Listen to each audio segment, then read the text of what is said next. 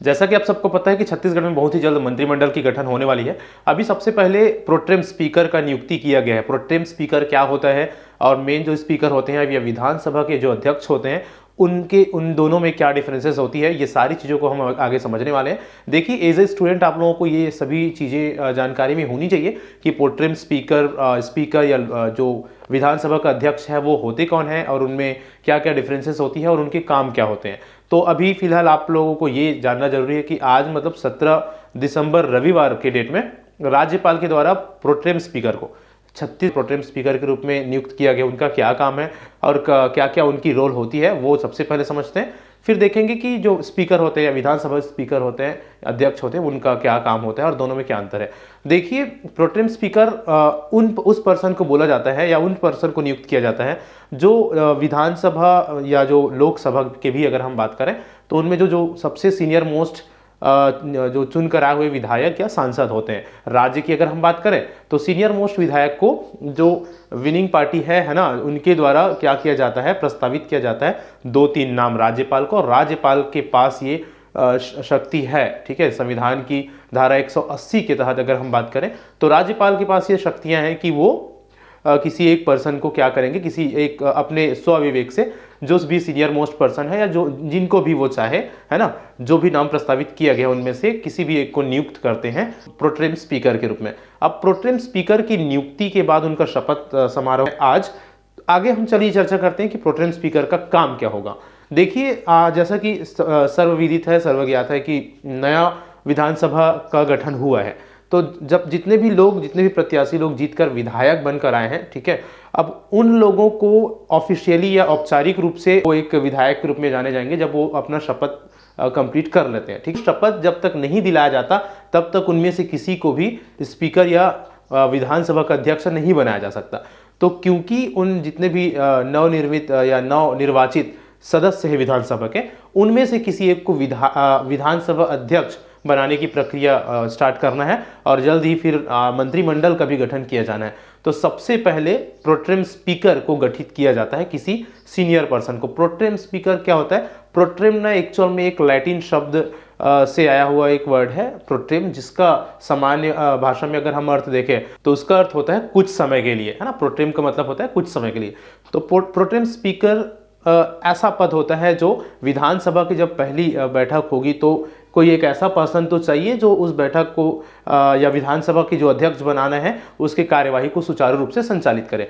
तो सबसे पहले विधानसभा का जो अध्यक्ष है उसको नियुक्ति प्रक्रिया को आगे करने के लिए एक सीनियर मोस्ट पर्सन को प्रोटेम स्पीकर के रूप में नियुक्त किया जाता है। तो प्रोटेम स्पीकर की अगर हम बात करें तो उनका काम सिर्फ इतना होता है कि विधानसभा का बैठक होने वाला है उसमें विधानसभा के अध्यक्ष चुनने की कार्यवाही को सुनिश्चित करना और उनकी जो पहली बैठक है उसमें एक विधानसभा अध्यक्ष के रूप में या स्पीकर के रूप में ही सारी जिम्मेदारी का निर्वहन करना, ठीक है। तो प्रोटेम स्पीकर सिर्फ एक अस्थायी, हम बोल सकते हैं स्पीकर का के रूप में होता है, अस्थायी अध्यक्ष के रूप में होता है एक स्थायी अध्यक्ष को चुनने तक। जैसे ही विधानसभा अध्यक्ष या स्थायी अध्यक्ष या स्पीकर की नियुक्ति कर लिया जाता है फिर जो प्रोटेम स्पीकर है उसका काम खत्म हो जाता है, वो पद क्या हो जाता है, निरस्त हो जाते हैं, ठीक है।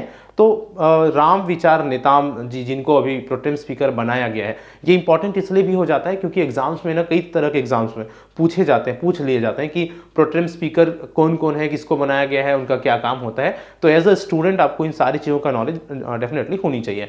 अगर हम अभी तक के प्रोटेम स्पीकर की बात करें तो अभी तक ये 6वें नंबर का प्रोटेम स्पीकर होंगे।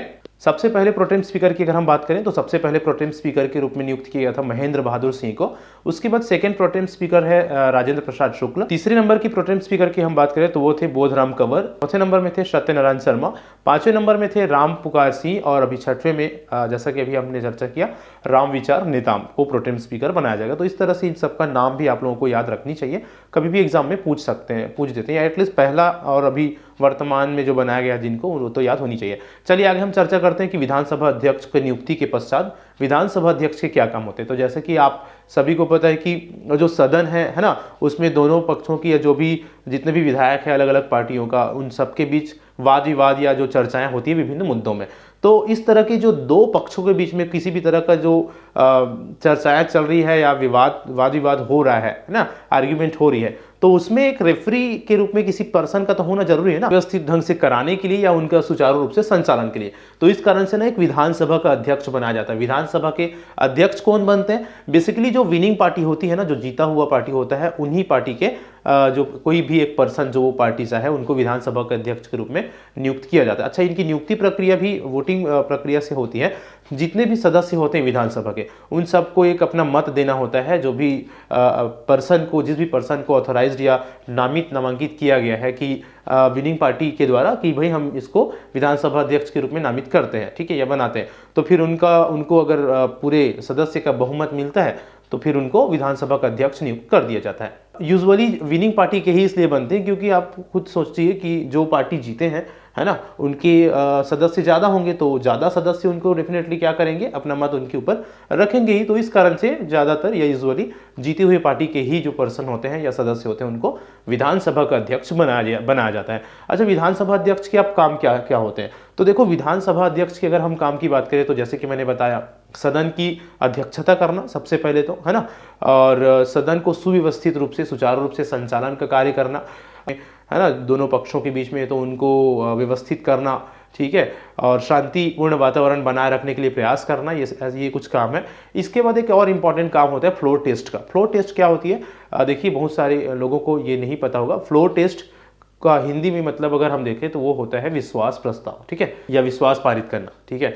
तो ये एक्चुअल में होता क्या है? देखिए, कभी भी सदन में, चाहे हम बात करें विधानसभा का या बात करें लोकसभा का, अगर ऐसी स्थिति बनती है कि कोई भी एक पक्ष जो गवर्नमेंट है ना, उनके बहुमत के ऊपर सवाल खड़ा करता है, ठीक है, उनके बहुमत मतलब अभी वर्तमान स्थिति में जो भी स्थिति है, जो भी समय है, उस समय में उनके बहुमत पर क्वेश्चन लगाता है, तो सरकार को या विनिंग जो भी है, जिनकी सरकार है, उनको क्या करना होता है? अपनी बहुमत को साबित करना होता है। बहुमत को साबित करने के लिए क्या किया जाता है? फ्लोर टेस्ट लिया जाता है, ठीक है। फ्लोर टेस्ट किसी भी एक पक्ष को लगे कि सरकार को बहुमत साबित करनी चाहिए, तो उस समय में फ्लोर टेस्ट कराया जाता है। किसके द्वारा? स्पीकर के द्वारा, मतलब विधानसभा अध्यक्ष के द्वारा। देखिए, प्रोटेम स्पीकर जो है ना, वो उनका भी अथॉरिटी होता है फ्लोर टेस्ट कराने का। प्रोटेम स्पीकर के रूप में जब काम कर रहे हैं तो स्पीकर की सारी पावर या क्षमताएं उनके पास होती है। तो फ्लोर टेस्ट में जितने भी सदस्य होते हैं उनको अपना मत एक बार फिर रखना होता है कि वो कौन से पक्ष के ऊपर अपना मत देते हैं। अगर यहाँ पर एक बात जानना होगा, अगर जो सरकार है उनके किसी विधायक में मतभेद है ना, और फ्लोर टेस्ट में वो उनका पक्ष नहीं रखते या दूसरे पार्टी के साथ अपना मत रखते हैं, ठीक है, या दूसरे पार्टी के साथ तरफ चले जाते हैं, तो इस स्थिति में सरकार को गिरना पड़ सकता है, या जो मुख्यमंत्री है उनको क्या करना होता है? उनको रिजाइन करना पड़ेगा, मतलब सरकार गिर जाती है, ठीक है। तो एक बहुत ही बड़ा प्रक्रिया है फ्लोर टेस्ट, जिनको विश्वास मत बोला जाता है। अच्छा, स्पीकर है, उनका नियुक्ति किया जाएगा। फिर जल्दी ही आप लोगों को पता है कि मंत्रिमंडल का भी गठन किया जाना है, और उसके बाद आगे की जो है वो सुचारू रूप से चलने वाली। तो आई होप कि सारी चीज़ें आप लोगों को यूजफुल लगा होगा। इसी तरह की और भी इंफॉर्मेटिव चीज़ों के साथ मिलते हैं नेक्स्ट वीडियो में। तब तक के लिए थैंक यू सो मच।